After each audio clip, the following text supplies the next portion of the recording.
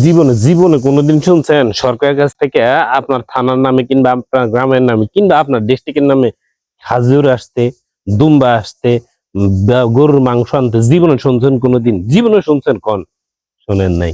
অথচ হাসনাত আব্দুল্লাহর মতো মানুষ এমপি হওয়ার কারণেই কিন্তু আপনি শুনতে পারছেন যে আপনার গ্রামের নামে কিংবা আপনার থানার নামে বা আপনার নামে সরকারি ফান্ডের থেকে খেজুর আসে, দুম্বার গোস্ত আসে, গরুর মাংস আসে, বিভিন্ন পণ্য আসে, যেটা কোনোদিন পান নাই তো, বরং শোনেনও নাই। কি আশ্চর্য, তাই না? এরকম একজন মন্ত্রী পাওয়াটা আসলে ভাগ্যের ব্যাপার। এরকম একটা মন্ত্রী প্রতিটা জেলায় থাকা দরকার। Hasnat Abdullah is great. Hasnat Abdullah is great person. Hasnat আব্দুল্লাহর মতো মানুষ সবার ভাগ্যে জুটে না ভাই। এই হাসনাত আব্দুল্লাহর মতো এমপি সব ডিস্ট্রিক্টের মানুষের ভাগ্যে জুটতো না, জীবনও জুটতো না রে ভাই।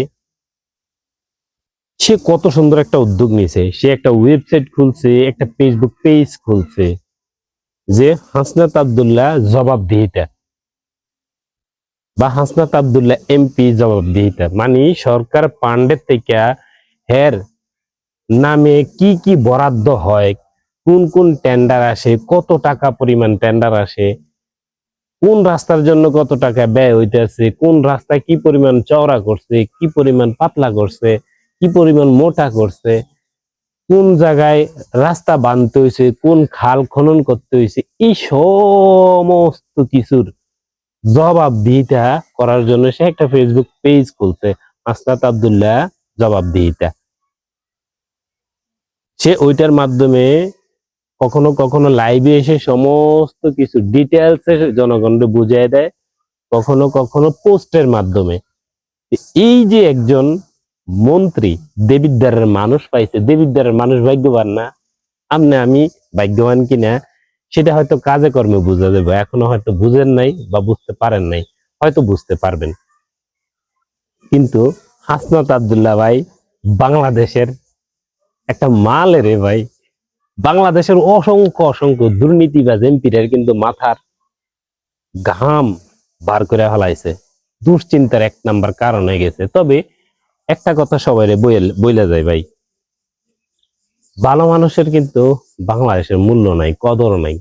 আর ভালো মানুষ বাংলাদেশে বাঁচতেও দেয় না বেশিরভাগ মানুষে।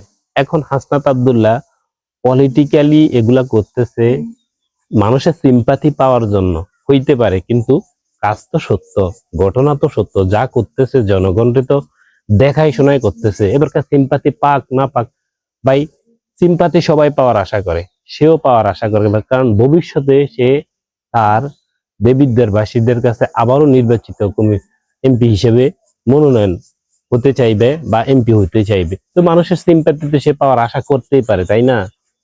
কিন্তু কথা হচ্ছে সততাটা কি, যে সততাটা সে হাসনাত আব্দুল্লাহ জবাবদিহিতা ফেসবুক পেজের মাধ্যমে লাইভলি সবার সাথে শেয়ার করে, এবং টেন্ডার বাজি বা ওর নামে সরকারের ফান্ডের থেকে কি কি আসে সে সমস্ত কিছু জনগণের মাধ্যমে উন্মোচন করে। এটাই হচ্ছে সততা। এই সততা আপনাদের কোন কোন ডিস্ট্রিক্টের এমপিদের ভিতরে আছে সেটা একটু কমেন্ট করে জানান, বা এই পর্যন্ত আপনার কোন কোন ডিস্ট্রিক্টের এমপিরা এইভাবে খেজুর আসে, এইটা আসে, সেইটা আসে আপনাদের ওপেনলি বলেছে, একটু জানাইন। আমার মনে হয় না, আমার মনে হয় না ভাই কোন ডিস্ট্রিক্টে বলছে। একমাত্র একমাত্র হাসনাত আব্দুল্লাহ বলছে। আমার মনে হয় একমাত্র Hasnat Abdullah. Hasnat Abdullah is great person.